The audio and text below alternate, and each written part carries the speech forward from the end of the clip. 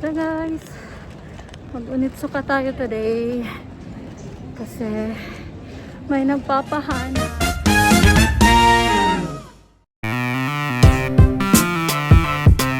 Hi guys!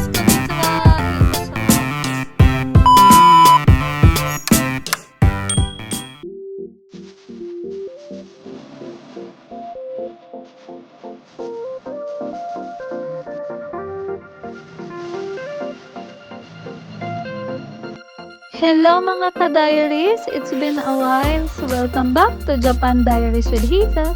If you're new here, hello, I'm Hazel, and on this channel, we explore life in Japan, travel spots, food trips, and shopping adventures.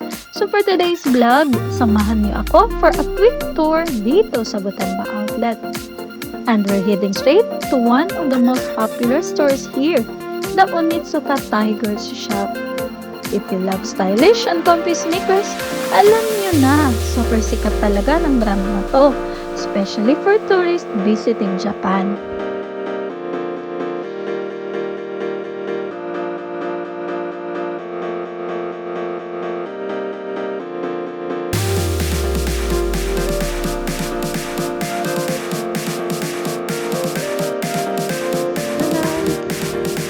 Onitsuka tayo today.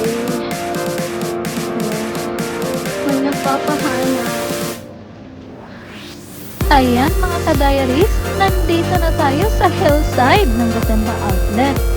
We're heading right away sa Onitsuka Shop. And let me tell you, medyo challenging mag-shopping sa Onitsuka po. Why? Because sobrang bilis maubos ng stocks. Yes mga ka-diaries, parang hotcakes talaga ang bintahan dito. As you can see, limited lang yung displays nila, and sometimes the sizes are not complete. So if you're looking for a specific design or size, medyo kailangan mo talaga maghanap at magtiyaga. And everyday guys, ang daming shoppers, especially tourists from different countries.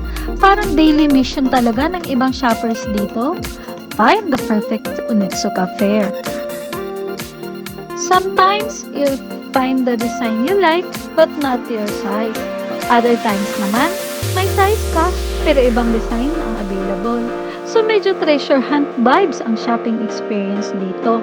But when you finally find the pair that fits you perfectly, naku guys, super worth it.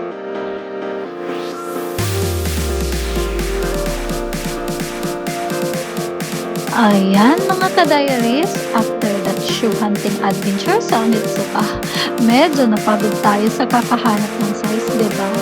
So now, time for food. Let me take you to Yakiniku Yoshino, a great spot here in Gotemba where you can try high-grade Wagyu. This place serves A4 to A5 grade Japanese Wagyu, which is actually one of the highest quality levels of beef in Japan. Kaya expect super tender, juicy, and melt in your mouth goodness.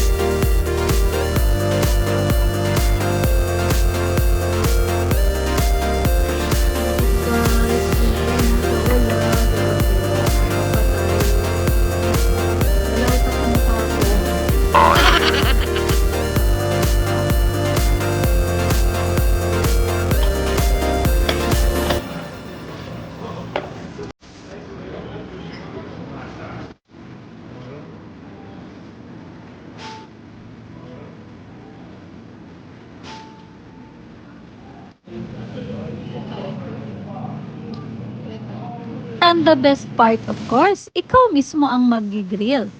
We cook the meat over charcoal, or what the Japanese call sumibi, giving the Wagyu that smoky, rich flavor.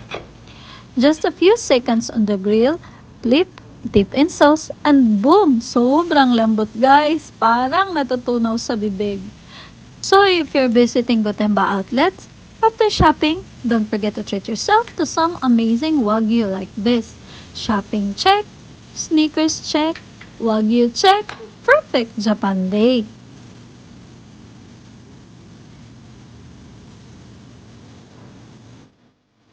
And there you have it, guys. From shoe hunting at the Onitsuka shop to enjoying delicious Wagyu here at Yakiniku Yoshino near Gotemba outlets. What a day! Shopping check, food trip check, Wagyu experience check. Honestly, guys, this is what I call perfect Japan day. If you enjoyed this vlog, don't forget to like, comment, and subscribe to Japan Diaries with Hazel.